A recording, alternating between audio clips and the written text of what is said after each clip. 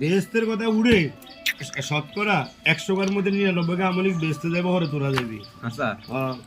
কপাল ঠেলি কপালে ঠুলে আরেকজনের আইল ঠেল আসছে রে কেমন তোরা বেহেস্ত তো বসত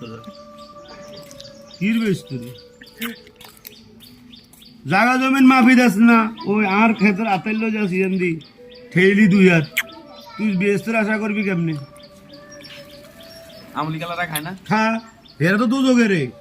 আমলিক বিএমপি জাতি পার্টি এরা তো 7 নম্বর পর্যন্ত দুযোগের লোক। সস্তা স্তর আছে আল্লাহ একমাত্র আল্লাহ কইতে পারবো কে দুযোগে কে বেহেস্তে সবচেয়ে কড়া দুযোগ যেটা এটা তো আমার কিল্লা রাখছে হ্যাঁ? তাহলে এটা আমলি কালারা খায় না 7 নম্বর দুযোগের লোক আমলিক এটাই যথেষ্ট এক প্রশ্ন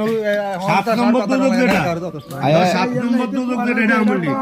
এ মশি দরটা রাখছি 7 নম্বর দুযোগ যেটা এটা আমলিকের লোক আমরা যারা আমলিক কই ধরে এটা জামু